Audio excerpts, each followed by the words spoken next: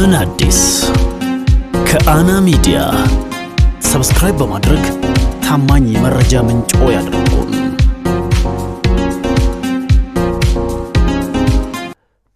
ሰላም ጤና ይስጥልን ክብራትና ክብራን የቻናላችን ቤተሰቦች እንዴት ናቸው? ሄኖክ ብርሃኑ ነኝ።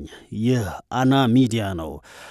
አስገራሚ እንዲሁም የሰሞኑ አነጋጋሪ የኢንተርኔቱ ዓለም ዜናዎችን ይዤላችሁ ቀርቤያለሁ። አዳዲስና ትኩስ መረጃዎች የፈላሻይ ሳይበርድ ወደ እናንተ እንዲደርሱ አሁንም ሰብስክራይብ ማድረጋችሁን እንዳትረሱ።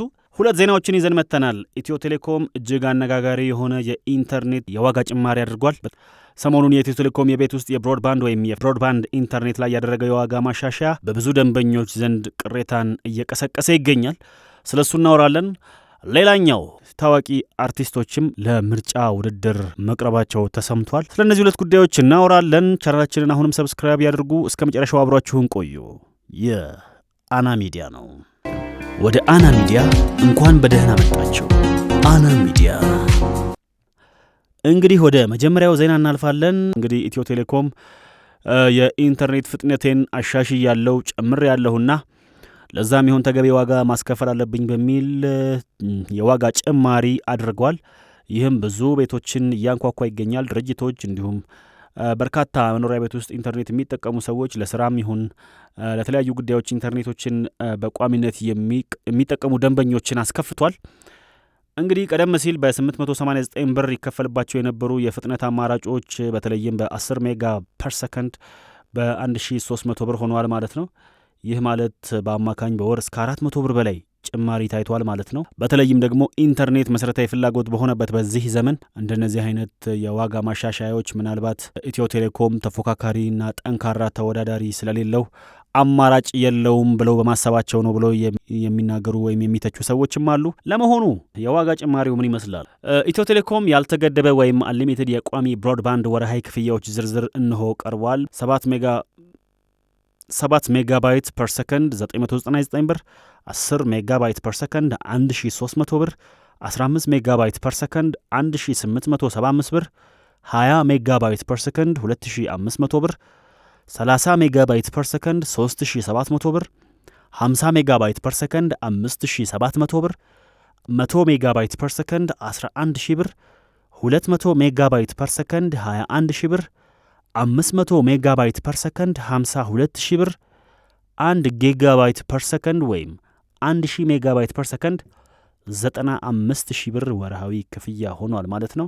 የዋጋ ጭማሪው እንዴት አያችሁት? እናንተስ ይህ የዋጋ ጭማሪ ከኢትዮ ቴሌኮም አስተካክያለሁ ካለው የፍጥነት መጠን ጋር ሲነጻጸር እንዴት ነው ብላችሁ ታስባላችሁ? የዋጋ ጭማሪ ውስጥ ተገቢ ነው ወይስ ተገቢ አይደለም? ከሌሎች የአፍሪካ ሀገራት ጋር ስናነጻጽረው ከፍተኛ ዋጋ ጭማሪ ነው የተደረገውና ይህን እንዴት ታዩታላችሁ? የአና ሚዲያ ቤተሰቦች ኮሜንት ሴክሽን ላይ ሀሳብ አስተያየታችሁን እንፈልጋለን። ወደ ቀጣይ ዜና እናልፋለን። ምን አዲስ ከአና ሚዲያ ሰብስክራይብ በማድረግ ታማኝ የመረጃ ምንጭ ያድርጉን። ለአዲስ አበባ ከተማ ምክር ቤት ከየካ ክፍለ ከተማ 2 ታዋቂ አርቲስቶች በእጩነት ቀርበዋል። አርቲስቶቹ ታዋቂው የሙዚቃ አቀናባሪ ካሙዙ ካሳና ታዋቂዋ የኢቲቪ የቀድሞ የኢቲቪ አሁን ደግሞ የራሷን የኢንተርቴንመንት ካምፓኒ ከፍታ እያስተዳደረች የምትገኘው በሻቱ ቶለማርያም ሲሆኑ እነዚህ 2 አርቲስቶች የየካ ክፍለ ከተማ አዳዲስ እጩዎች ዝርዝር ስር ይፋ መሆናቸው ብዙዎችን አስገርሟል። ብዙዎችንም እያነጋገረ ይገኛል። እንግዲህ በ7ኛው ሀገር አቀፍ ምርጫ የአዲስ አበባ ምክር ቤትን ለመቀላቀል የሚወዳደሩ እነዚህ ሰዎች ገዢው ፓርቲ ወይም የብልጽግና ፓርቲን ወክለው የሚወዳደሩ ይሆናሉ።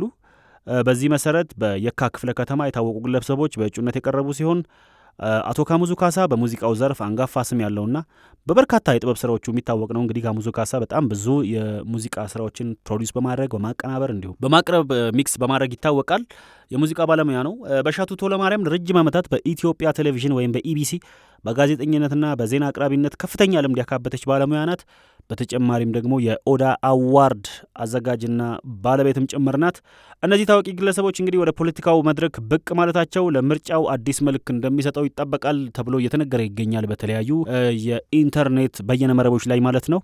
በእርግጥ እንደዚህ አይነት ኤክስፒሪየንሶች ምን ይመስላሉ? እናንተስ ይህንን ሀሳብ እንዴት ታዩታላችሁ? እነ ካሙዙ ካሳና በሻቱ ቶለማርያም ወደ ፖለቲካው መድረክ መምጣታቸው ጥሩ ነው ብለው ያስባሉ? የሚጨምሩትስ ነገር ምን ይኖራል ብለው ያስባሉ? የዛሬ ፕሮግራማችን ይህን ይመስል ነበር። ውድ ተመልካቾቼ እንግዲህ አብራችሁን ስለቆያችሁ እናመሰግናለን። በተለያዩ የአና ሚዲያ ፕሮግራሞች ዘና ፈታ እያላችሁ እንድትቆዩ የአክብሮት ግብዣችን ነው። ሰሞንኛችን ተጠናቋል።